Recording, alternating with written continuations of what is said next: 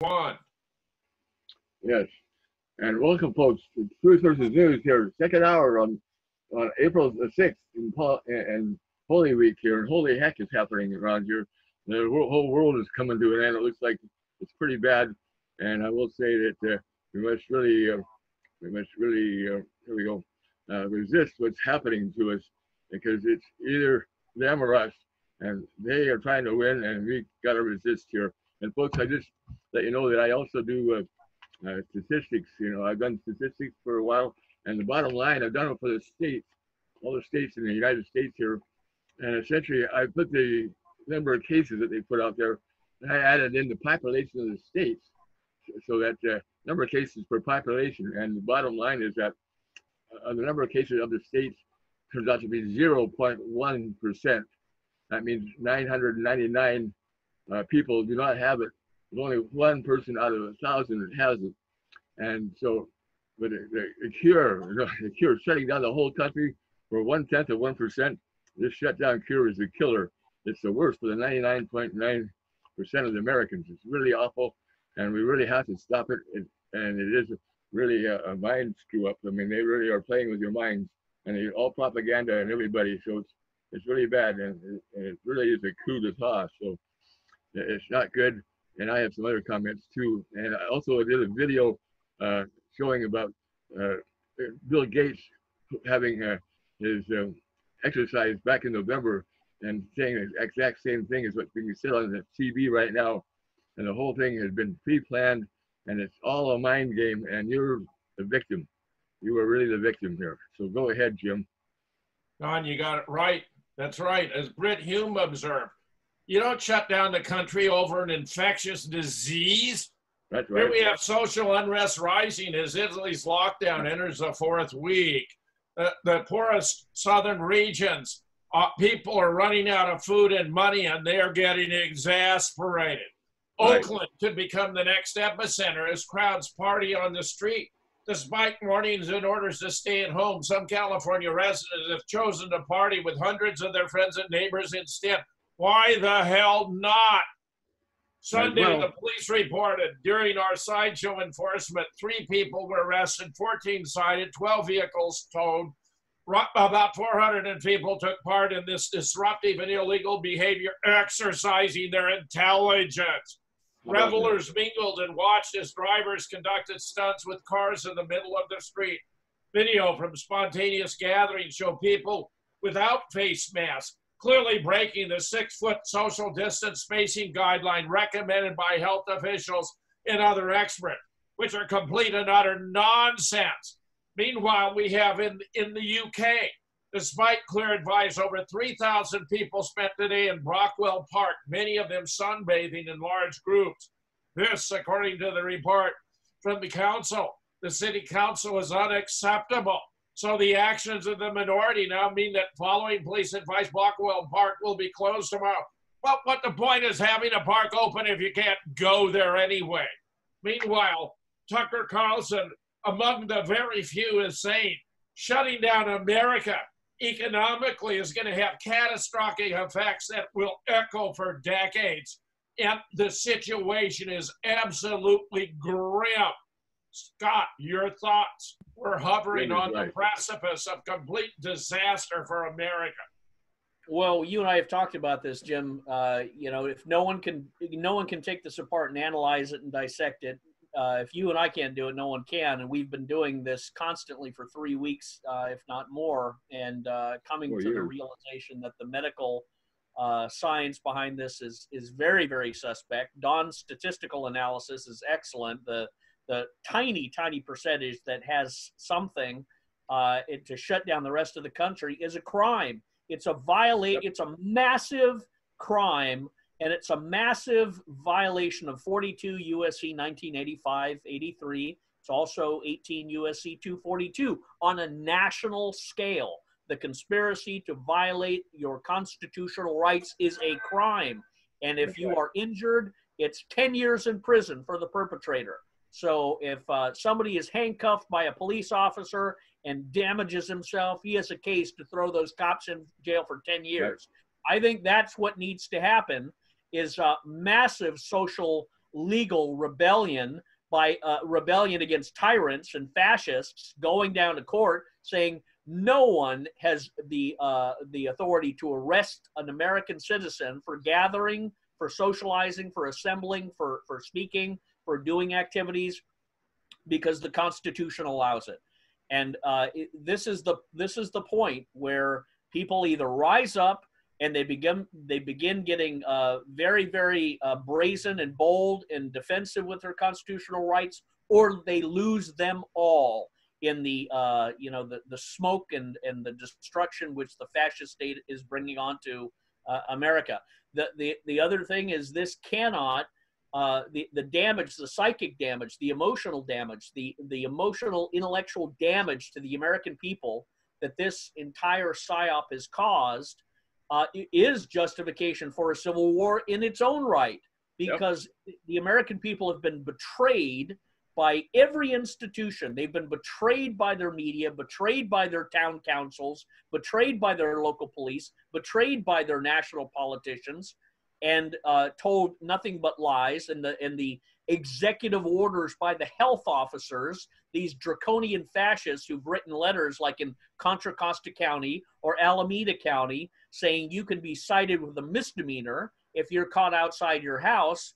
This is once again why the British were shot and executed by the Patriots, and it's the same reason why American police and National Guardsmen and politicians will also be shot if they start abusing the American citizens on the same level that the American citizens in 1776 were being abused. That is not an exaggeration.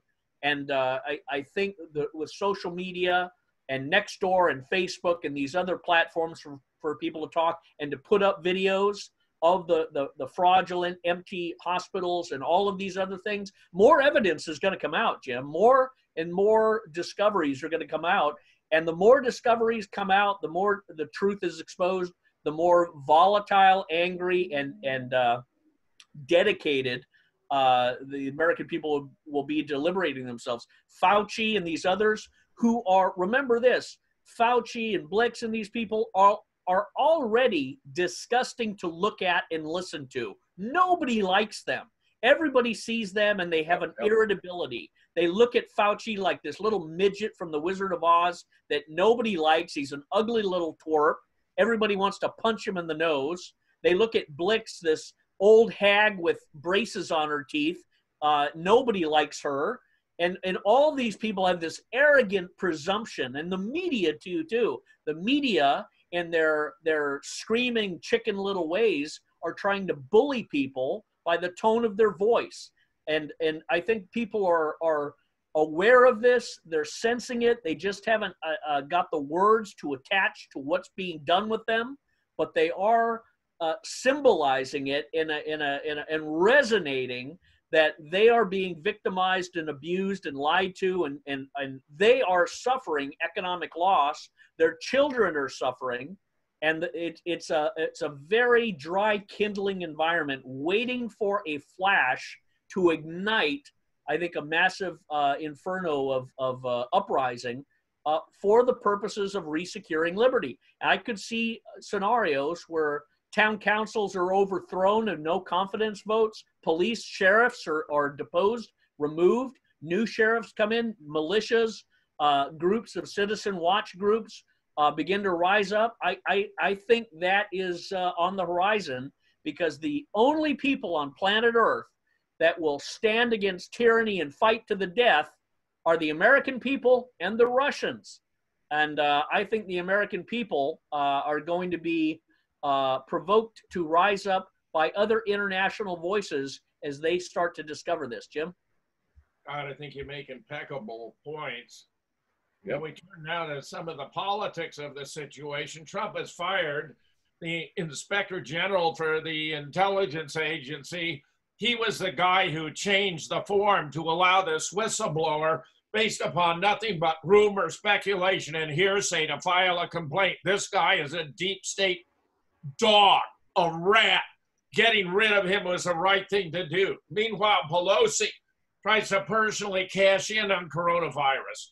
In the next round of coronavirus release, House Speaker Nancy Pelosi is trying to insert a measure that would benefit herself financially. She wants to make big bucks over the deaths of thousands of Americans. It's amazing. She has a gall to attempt it.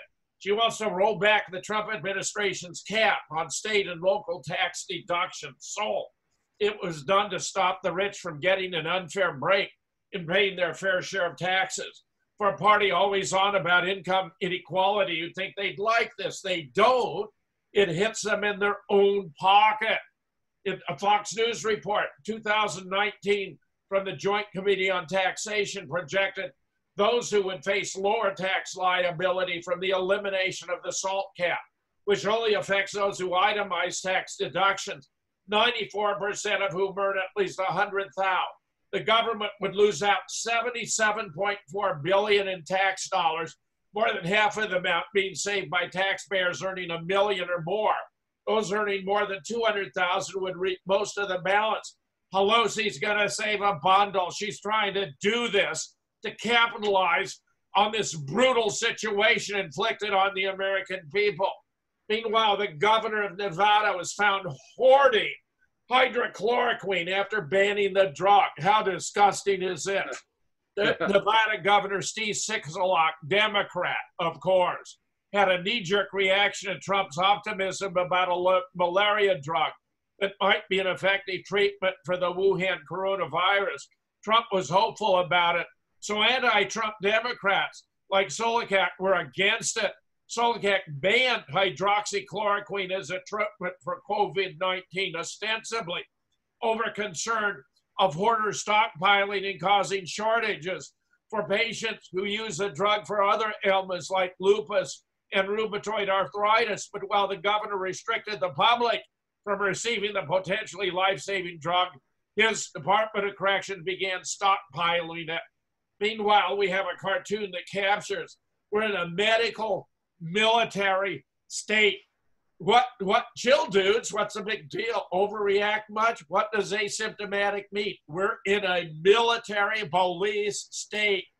Meanwhile, Joe Biden, endorsed by the Wisconsin State Journal yesterday, I couldn't believe my eyes. Joe Biden is a far better choice to defeat Donald Trump. Joe Biden is too far ahead in delegates for Bernie Sanders to catch him in the race for the Democratic nomination. We know this is compliments of Google manipulating the vote.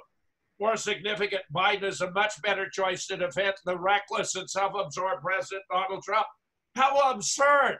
Bernie Sanders was made for a coronavirus to promote Medicare for all. This is insanity. Meanwhile, the evidence that this man is cognitively impaired grows by the day.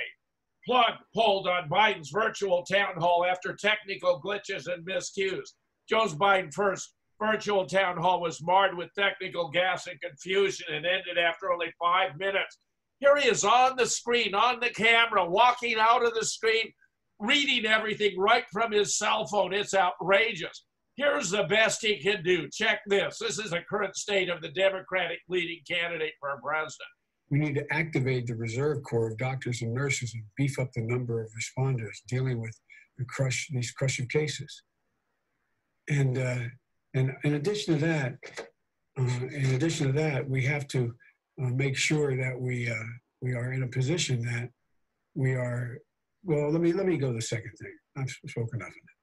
The president must use the Defense Production Act to radically increase the supply of critical goods needed to treat patients and protect our healthcare workers and first responders. We need to. The man's brain damaged.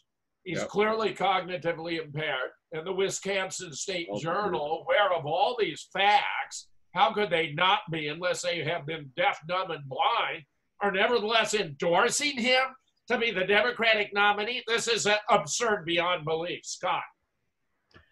Yeah, the Wisconsin State Journal that did that article, Jim, the words they used were, well, Donald Trump is self-absorbed and reckless. That's exactly what the Democrats are, not Donald Trump. The Democrats are reckless and self-absorbed, and they have been since 2016. They've been it all their lives, of course. There's nothing good about them. But since Trump won the election, they have been out of their minds with political suicide and bloodlust and violence and authoritarianism. They are the reckless, self-absorbed ones, trying desperately to push Americans to lie, cheat, steal, and do everything they can to try and undermine and stop President Trump and remove him. They tried the Russia hoax. They tried the Ukraine hoax, which this Inspector General facilitate was fired for. Yeah, can't remember his name off the top of my head. Atkinson, I think. Atkinson, that's right, Atkinson. I think Trump's very late in doing this, of course, and we've said it again, the Inspector General is the most important position in the Trump government. No one else is important than the Inspector General, because the Inspector General has the oversight to suspend and fire every and any employee in the agencies. I know, I was in the agencies in the Trump Bush administration. So Trump needs to appoint an Inspector General czar, a chief cabinet level person, to oversee the Inspector Generals of every agency. The Inspector General of the FBI, CIA, State Department, Pentagon, every Inspector General. I know my report shell game went to the Inspector General of the Pentagon, Lynn Halbrooks, and she did absolutely nothing. She should be drawn and quartered and buried for her treason, because there's the Inspector General of the Pentagon being given a report about terrorist financing, shell operations with Hillary Clinton, Barack Obama, Covington and Burling, the State Department, and she did absolutely nothing. So the Inspector General has the ability to do waste, fraud, and abuse investigations, simultaneously prosecuting with the Department of Justice.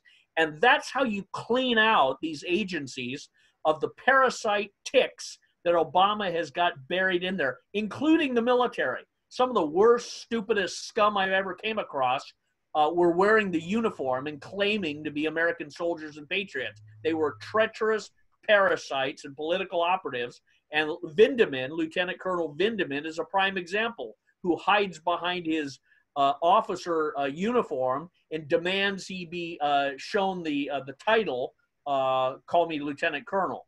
I'll call you nothing but your prison number and your treasonous day of when you're going to be executed. But all of this stuff, I think Trump is catching on to, but he's late in the party, and he needs to act very quickly. Biden is a walking zombie mummy looking for a coffin to crawl back into.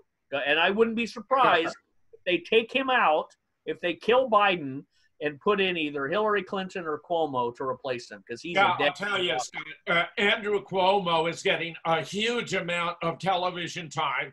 He drones on and on endlessly. He's promoting the hoax. He's a perfect candidate for the Democratic Party. He's a total fraud and completely corrupt.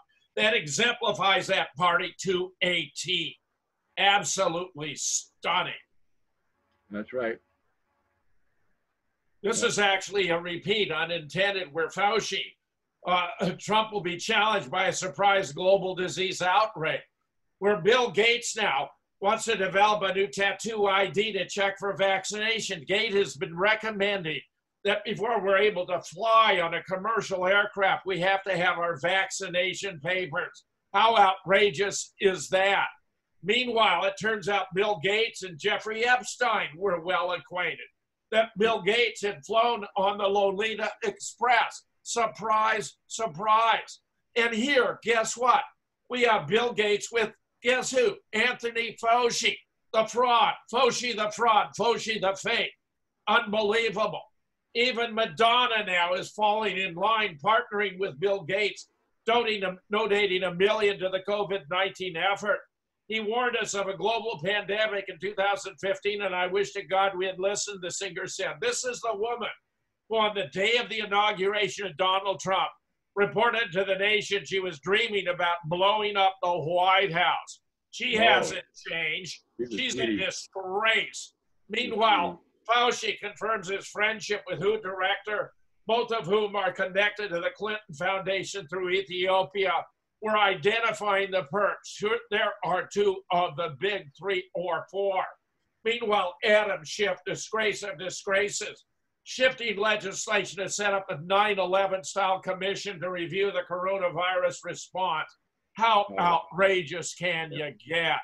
Representative Adam Schiff, drafting legislation, set up an independent commission to investigate why the country was unprepared for the coronavirus pandemic. After all, Anthony Fauci was predicting it in 2017. After Pearl Harbor and 9/11, we looked at what went wrong to learn from our mistakes, the House Intel chairman said in a tweet. Once we've recovered, we need a nonpartisan commission to review our response and how we can better prepare for the next pandemic. Well, getting rid of Adam Schiff would be a great move. Meanwhile, Common Dreams, a well-known left-wing website, is going bananas. Dear James, Donald Trump has botched the response to the coronavirus in almost every possible way. Yet his approval rating just hit its highest point ever. Consistent majorities say they approve of his handling of the pandemic. And he's now leading in head-to-head polls in key battleground states like Florida. How is this possible? Here's how. It's because the corporate media is once again playing right into his hands. Every day for 2 hours, Trump is getting free TV, time to lie, brag, and bluster about how well everything is going and how everyone else is to blame. And in times of crisis, people want to rally around the president, whoever that may be. Meanwhile, Joe Biden has vanished from the media, refusing to respond as Trump is surging. Scott, the situation is so bad that Andrea Mitchell, who many of us regarded as an objective reporter, was complaining about Trump's poll ratings going up because of his press briefings that make the president look, her word, competent. She's upset that Trump looks competent. How outrageous can you get, Scott?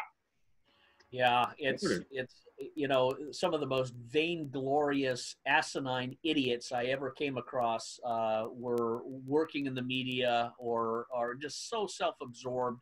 And I got my bachelor's at School of Mass Communications at San Jose, one of the best schools in the nation for advertising and media studies. And these people are all the same. They're so self-absorbed with the power of you know, being in front of a camera that they lose all sense of reality, all sense of principle, all sense of evidence. It falls into McLuhan's, you know, the medium is the message. Like the person is the truth, as the lie perpetrates itself. I think we're entering a scenario very similar to the film Surrogates with Bruce Willis. If you never saw that, it was a science fiction film where in the future, everybody creates surrogate robots to animate and live through. They reside at home under home confinement and they can't leave. And, you know, their surrogates do all their life. That's where we're going now with this technology of life online and Amazon, everything delivered. You can't go to the store anymore. But there were communities of rebels against technology. And I think that's where we're entering with the people tearing down the 5G towers. And I think it's going to go farther than that, too. I think you're having a massive paradigm shift against high technology, that high technology is going to be increasingly exposed as the cause or an accelerant of this 5G technology. That means everyone instinctively has a new reason to despise Facebook and Twitter and YouTube and Google and these media companies, these internet companies that have been suffocating conservative voices. And you and I know that personally, Jim, with them shutting down our websites for exposing things like the you know, the New Zealand shooting, which was a total false flag hoax, and so many other things. People, I think, are going to be generating a lot of hostility against media and the high-tech companies in a way that they're going to be manifesting it as not only a rebellion against 5G, but I think a desire to return to a society where you're not toxically infecting your flesh with these sort of electronic substances. I think we're going to go back to that, Jim. I think you're right, Scott. I think those are very good, very astute points. Meanwhile, we have Hannity talking about how we have a solution to the problem, and yet Fauci and others are trying to suppress it. Listen to this. Right now, as the Trump administration continues to take bold measures to contain the spread of corona, well, some doctors are now turning toward anti-malarial drugs as a potential treatment to that. Joining us now, reaction. Baylor College medical professor, Dr. Peter Hotez is with us, and also he's a real brain surgeon in real life. I mean, a real brain surgeon. Dr. Peter Constantino is with us. All right, let's talk about hydroxychloroquine. with azithromycin. Dr. Constantino, I read earlier the study, upstate New York. Your thoughts? Is this potentially what we are thinking tonight it could be? You know, I'm very, very optimistic about this. So this is not a controlled study. This number of patients that are represented by Dr. Zelensky is significant. Of the 350 patients that they treated, they would have expected at least 15 to 30, maybe 40 hospitalizations and potentially even 2 to 3 deaths. They had 0 hospitalizations, 0 intubations, which is putting a breathing tube down to help somebody breathe, and 0 deaths. So it's not a controlled study, but it certainly looks like more than just coincidence. All right, Dr. Hotez, what is your take on this? So my take is I'm aligned with the vice president. Look, chloroquine's got a lot going for it. It kills the virus in the test tube. It suppresses inflammation. We know inflammation in the lungs is a huge reason why people get very sick and die from this virus. And we have some clinical studies conducted in France, in China. The reason why both the vice president and I are not popping the champagne cork is because we've kind of been down this path before with influenza. Hydroxychloroquine showed some promise, chloroquine against the influenza virus in the test tube, but it didn't quite pan out.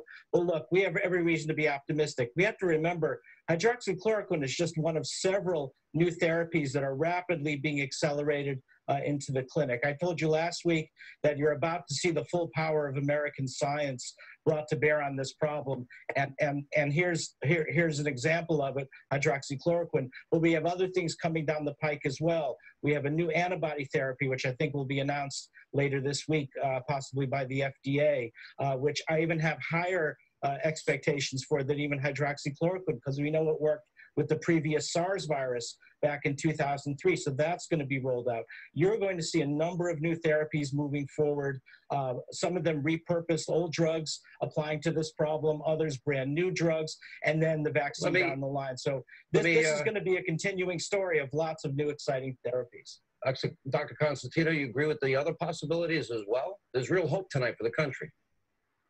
There is, and we're going to find something or some combination of things that makes the difference and turns the tide, and this is going to be more self-limited than the dire warnings that we have been preparing for. I think it's important, though, to realize that with the hydroxychloroquine, this is a ubiquitously available drug. It's cheap. It's $12 per dosage cycle. And so compared to some of these more exotic drugs, compared to the things that are not quite as available across the world, I think that there's a lot of promise in hydroxychloroquine. From your lips to God's ears. Thank you both for what you do every day. Joe, right now. Meanwhile, here we have hydroxychloroquine working by activating the innate immune system signaling pathways. The signaling pathways help inhibit the anti-inflammatory environment exuded by the virus to evade immune detection.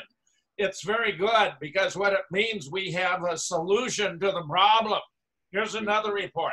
I got a connect in a hospital in Palm Springs that says they're being told to put possible COVID-19 on all patients. The reason they're going to get reimbursed more by the government. So all the hospitals I go to are running at 30 to 40%. Meanwhile, Candace, on reevaluation by the National Institute of Health, only 12% of death certificates have shown a direct causality from coronavirus. Meanwhile, the Michigan Democratic governor, who had threatened the licenses of doctors and pharmacists who prescribed hydroxychloroquine to treat coronavirus, has reversed herself. Get this, a Michigan man had credited President Trump with his survival of the coronavirus, saying Governor Whitmer is sentencing people to death. A 38-year-old Michigan man with no underlying conditions contracted coronavirus last week, was successfully treated with a drug combination touted by President Trump. Jim Santelli, talk show host Steve Gruber, says living proof the combination works. Hydroxychloroquine and the antibiotic zithromycin. He became seriously ill on March 18th with severe cardiac and respiratory issues. He was admitted to Henry Ford Macomb Hospital. According to Gruber, Santilli said the biggest problem was waiting for test results. It took 4 days to come back. In the meantime, his condition worsened by the hour. He thought he was going to die. He was slowly drowning and convinced he wouldn't live till midnight. That's when doctors made the decision that changed everything. The drug combination began to work within a few hours. He credited Trump for his survival. Donald Trump recommending that medication combination saved my life and a lot of other people's lives. Santilli criticized Gretchen Whitmer, governor of Michigan, for a recent threat against doctors and pharmacists, believing it's a terrible decision. She is sentencing people to death. Well, guess what? Governor Whitmer reverses course on coronavirus drugs, is now asking feds for hydrochloroquine and chloroquine. Former Governor Gretchen Whitmer drew fire from some on the right after Michigan Department of Licensing and Regulatory Affairs sent a letter last week threatening administrative action against doctors who prescribe 2 experimental drugs that could help coronavirus patients. The evidence that this works is simply overwhelming. We had a doctor in France who had 80 patients who were hospitalized because they were in such dire straits. They were in advanced critical health condition. He administered the drug. 79 of the 80 survived. We have a solution. We can put the country back to work, and we have a solution for those who contract it. The death toll is going to be minuscule. Scott, your thoughts? Yeah, take a pill, and it's over. There's no crisis. That's right, and it's ubiquitous. It's all over the place. It's cheap.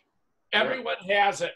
In fact, in Africa, which is a country where they have a large prevalence of malaria, and therefore a lot of these anti-malarial drugs, they're not getting COVID-19.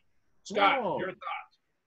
Yeah, there's a lot of speculation of what actually is happening. What is the sickness? Is it the 5G technology having the effect on the human cell that makes it toxic? Yep. Is the human body, the human cell, releasing mucus and all this other stuff because of the 5G technology? The hydrochloroquine that you're talking about. That seems to be having a lot of resonance. There, the general theory, of course, is the building up of the immune system is done through natural organic substances, materials, and supplements. You can never boost the immune system with artificial pills. It has to be from the real herbs and minerals and things like that. And I've said for a long time, and I've studied this, and I've been sort of a living example of it. But there are some very good substances that people should be taking to improve their immune system and their health.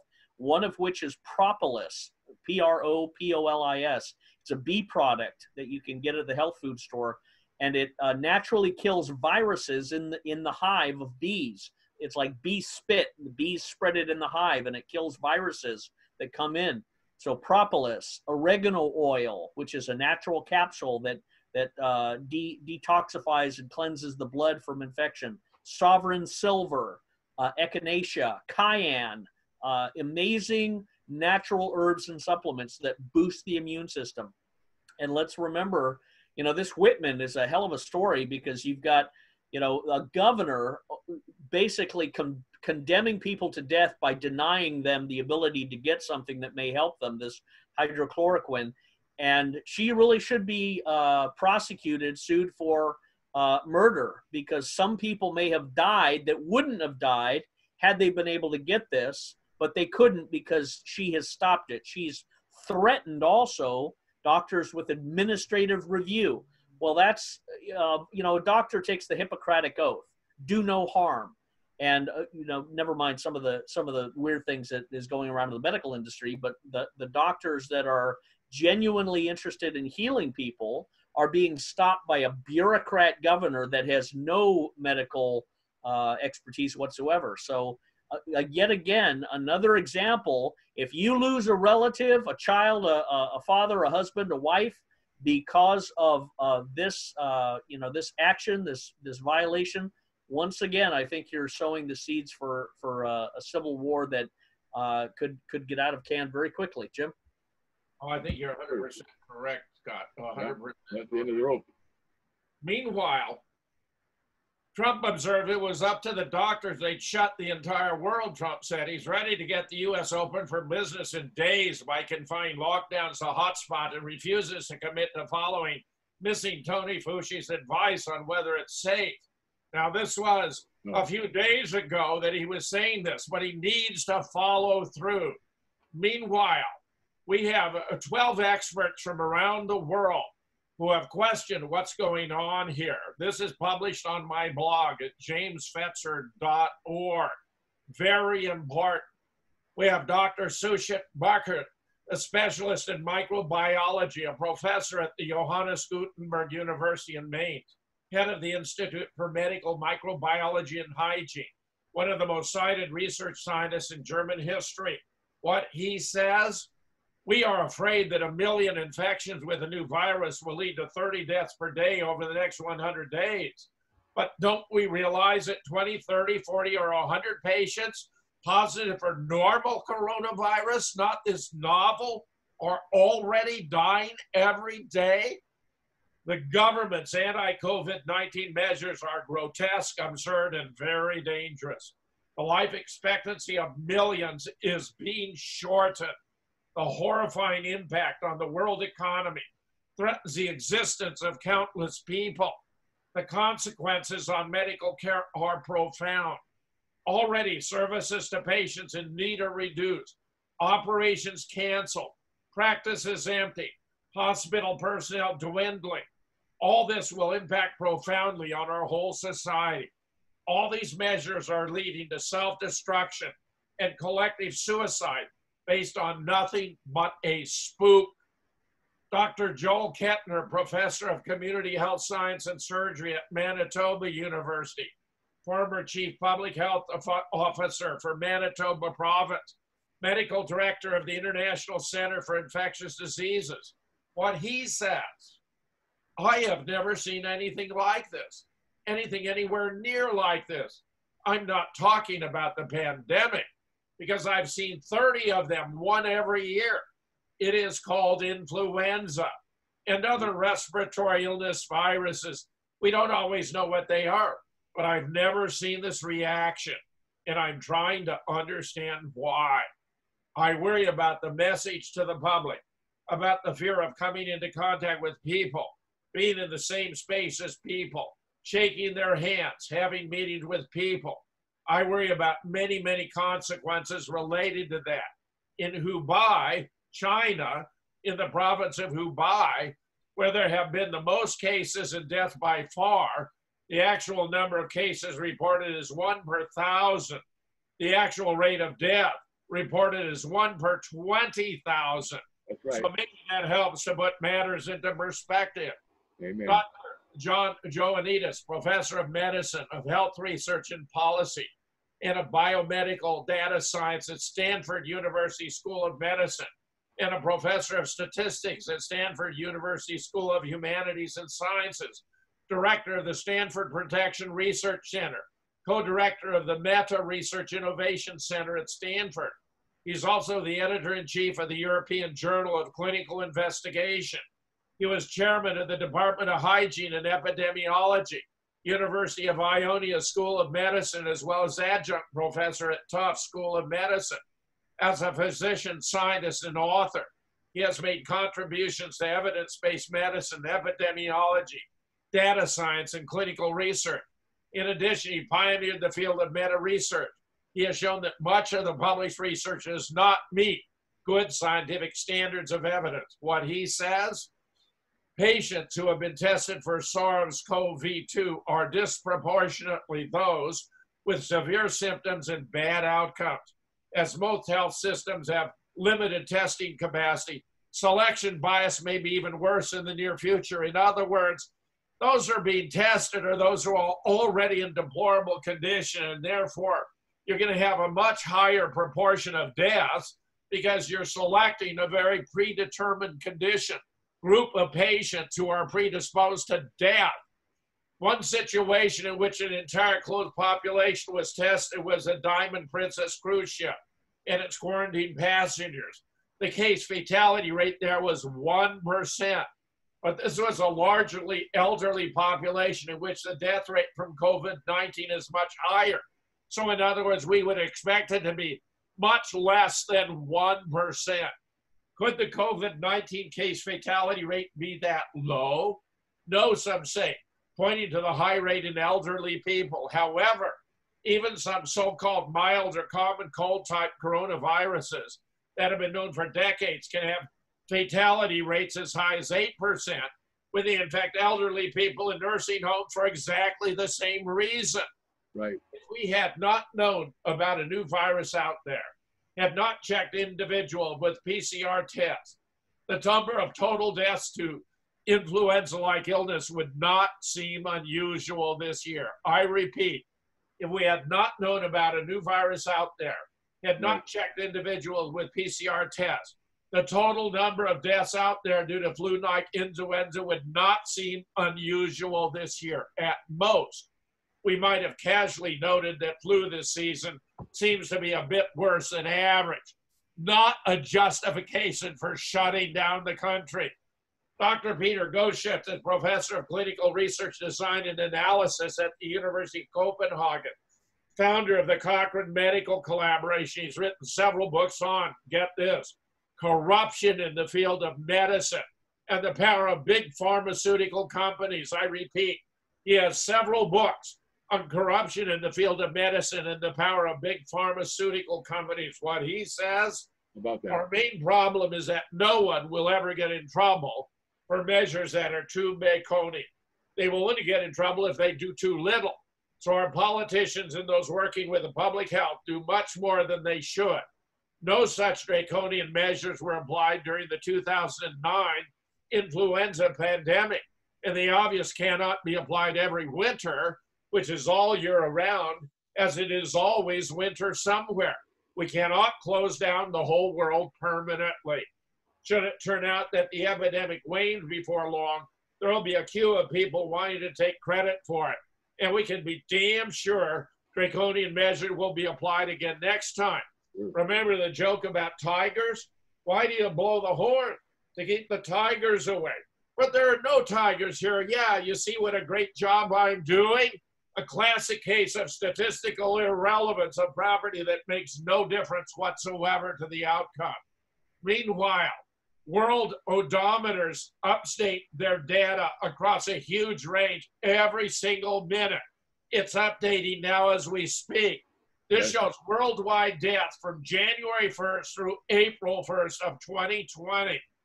Coronavirus, COVID-19, 46,438 deaths. Seasonal flu, 121,993.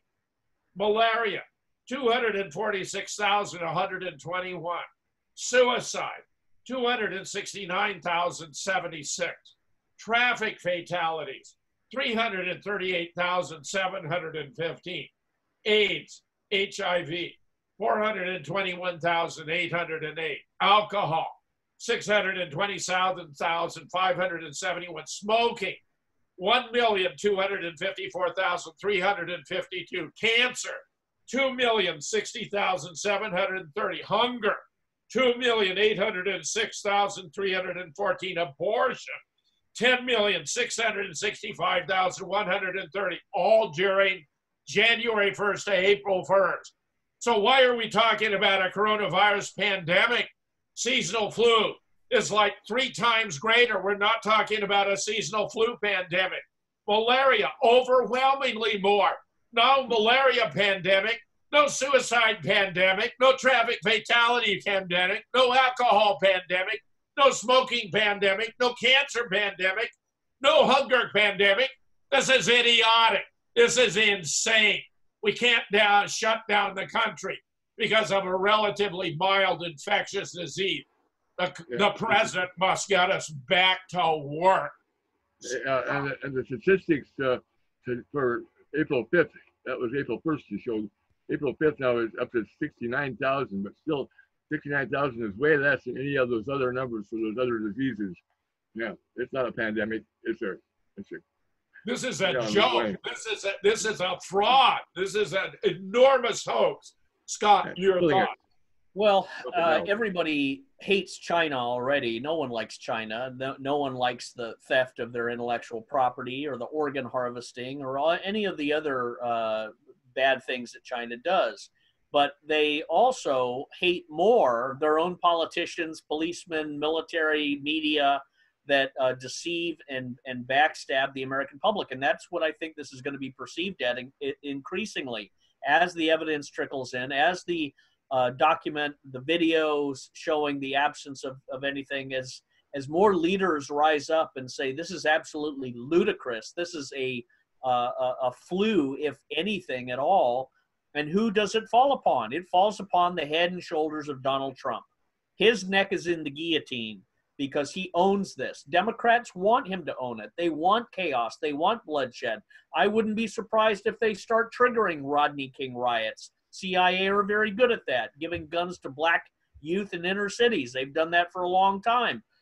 They did it in Oakland. They did it in Berkeley. They did it in Los Angeles, Compton areas. So I could see the Democrats and the deep state trying to provoke a civil uprising to blame it on Trump. So his time and in his reaction to this has to be very, very liberating to the American people and opening up businesses and not following these Democrat appointed people like Fauci and the lady and all these other people. Trump needs to really get smart and serious and evaluate these people's backgrounds. And if they are Democrats or atheists or any of this humanist flavored stripe of person, he needs to get rid of them because there's nothing good that they're going to represent to him. There's nothing that they're going to do to help the country. They are all about power and authoritarianism. Just look at Bill Gates. Look at all of these people. So this whole thing, how it transcribes, how it unfolds, it's either going to go a day of jubilee, a day of resurrection, a day when Americans are going to be freed and see Trump as Moses in the promised lands, taking them through the Red Sea, or he's going to be seen as Stalin and Hitler and Mao together trying to shut down America. And the only way to stop him from doing that is civil war. That's the real choice Americans are making. They don't have time for conversation anymore. They don't have time to trust anymore. Their days of trusting are over. Fool me once, shame on you. Fool me twice, shame on me. And they're looking very carefully now and saying, you know what? I haven't got anything. My family haven't got anything. I've been in lockdown for over 3 weeks, and there's nothing really happening. I need to go back to work or else my kids are going to starve. And anyone who gets in the way, the police or the military or politicians, are going to be reacted to with violence, bloodshed, vengeance. Those are the accelerants of civil war and revolution.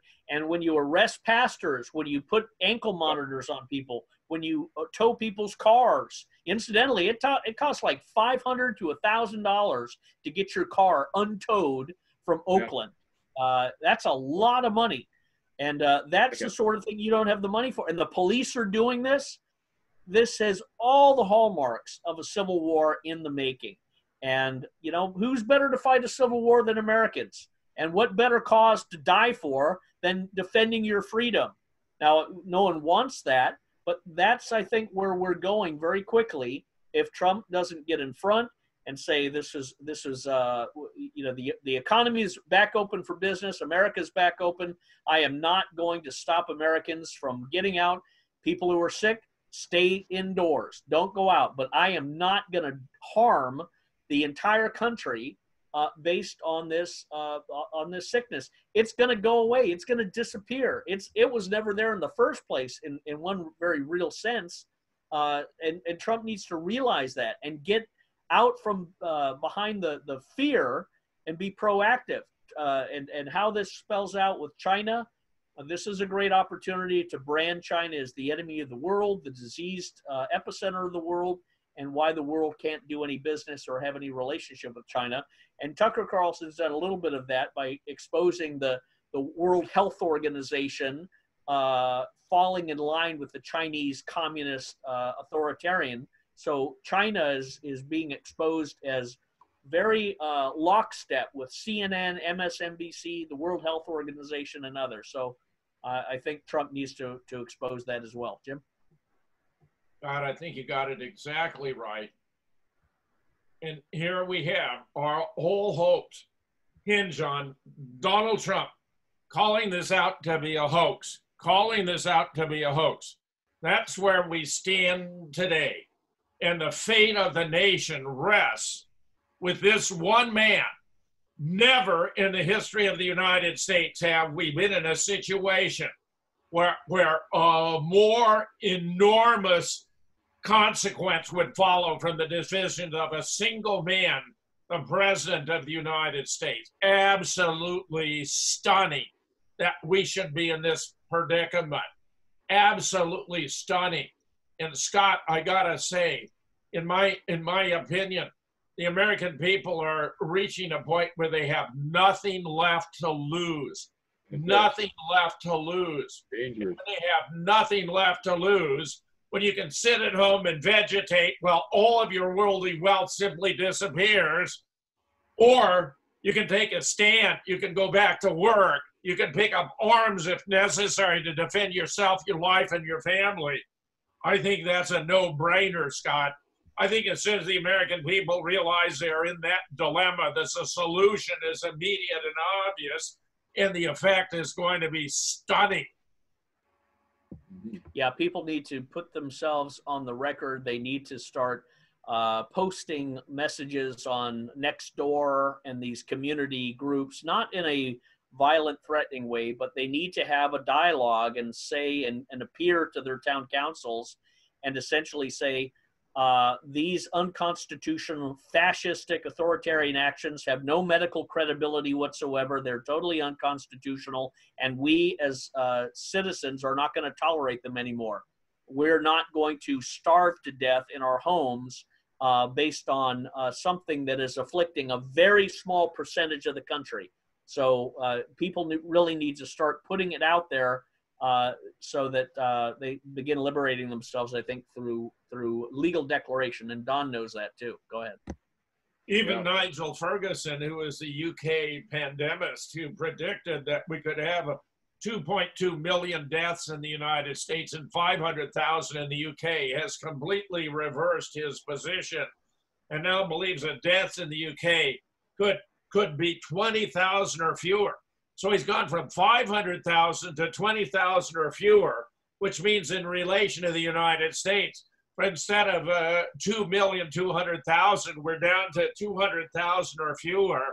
This is a much more realistic assessment, but you're not getting that from Tony Fauci or this woman whose medical license are expired, or from Bill Gates, or from Henry Kissinger, or from other malevolent souls that are seeking to do in the United States of America. Scott, we're in a fix, but the answer is obvious when, in fact, it's a very small percentage who would be affected in any case when we have hydrochloroquine available to us. Right. We go back to work. Anyone who's hit with the virus can be immediately treated. They're saying 79 out of 80. That's certainly acceptable. Brent Hume had it right. You don't shut down the country because of a contagious disease. Amen. That's right. And We said only- that from the beginning. Only 1/10 of the people haven't. You shut down the country for the 99.9%. That's just not right, folks. It's just we got to rebel right now. We should insist that the United States opens everything up today, right now. What's holding them back? Well, Don, we've talked with a lot of lawyers about this. We have our radio show and lawyers have come on and they've said it. This is unconstitutional. It's a violation of law. It's a violation of our rights. They cannot be getting away with this. But the courts are so corrupt. The judges and politicians are corrupt. So the only way to really to get out from under it is through force of arms and force of speech and organizing and collecting. And yes, giving notice, getting affidavits and proclamations and legal actions filed so that you are free from any sort of label as a revolutionary or a rebel or an insurrectionist or anything like that. No, no, no. According to the United States Constitution, what you're doing is totally fraudulent, and I'm filing an action in court against you. And at the same time, I'm not paying attention to any of your instructions because they have no power of law behind them. The Constitution is the law of the land, nothing else. And this is a violation. So people really need to decide, are they ready to stand up and fight for their lives? Because that's what this is. Or are they going to curl into a fetus position and rot in their house under the coronavirus until all clear, which will never come? Now is the time for men to stand up, and women, but men especially, and lead their way out of this through the power of speech and their force of arms, their Second Amendment, and their right to gather and assemble. And that's where I think we're going to see a rebirth of a nation because of this Pandora's box that they opened up. This is going to rebirth America, I think, in a very positive way, and in a way that people will not surrender any more freedom. This is the FBI, Oregon, Malheur refuge all over again on a national level. Jim? And we have Henry Kissinger to thank for spelling out so clearly the New World Order agenda that underlies this entire effort to deceive and defraud the American people of their worldly goods, to have a world in which all finance is done digitally. What happens to the homeless who can't even have a credit card is beyond me. Apparently, they're just allowed to die in the street, that they're going to have new regulations and govern us by means of a fantasy pandemic that won't even allow us to get closer than 6 feet. So we cannot assemble and marshal our resources for collective action against the perpetrators of this enormous fraud against the American people, indeed, the human race generally around the world. Kissinger may be responsible for more deaths than Mao Zedong or Joseph Stalin or Adolf Hitler combined. It's outrageous that this man is still allowed to exert influence, his malevolent influence, aided and abetted by cretins and despots like Bill Gates and Hillary Clinton and Anthony Fauci and Nancy Pelosi and Chuck Schumer, because the Democratic political aspect of this is simply overwhelming. As you were observing, Scott, they tried to dump Trump based on the Russia hoax. That was a failure. When Robert Mueller came to court, he didn't even know the content of his own report. Then they tried the Ukraine hoax, Russiagate 2.0. But even the three key witnesses, when asked, was there anything illegal or impeachable about the conversation with the president of Ukraine, had to admit no, nothing on that order. They tried the impeachment, tried to make something out of nothing. It fell flat, and the timing is exquisite. Then we're hit with a coronavirus. These are individuals who are part of the pedophile fraternity. We know that.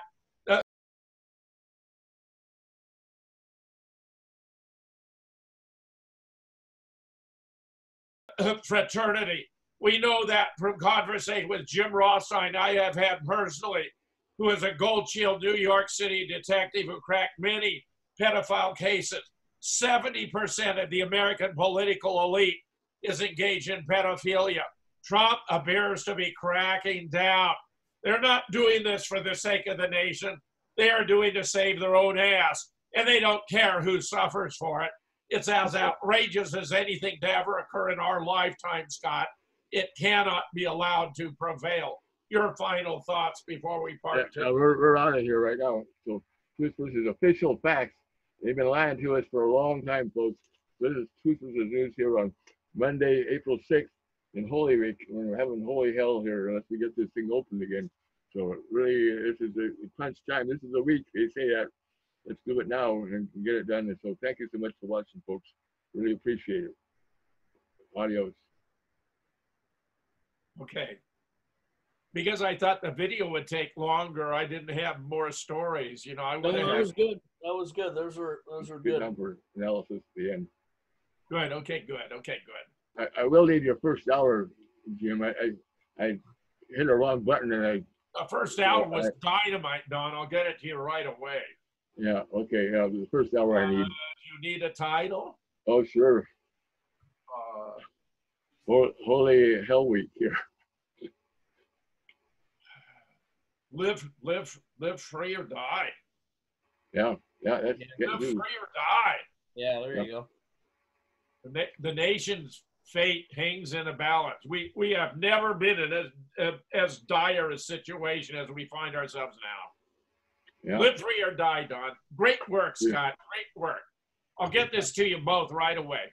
Okay. Oh, yeah. You guys are great. Again, dynamite. Got it.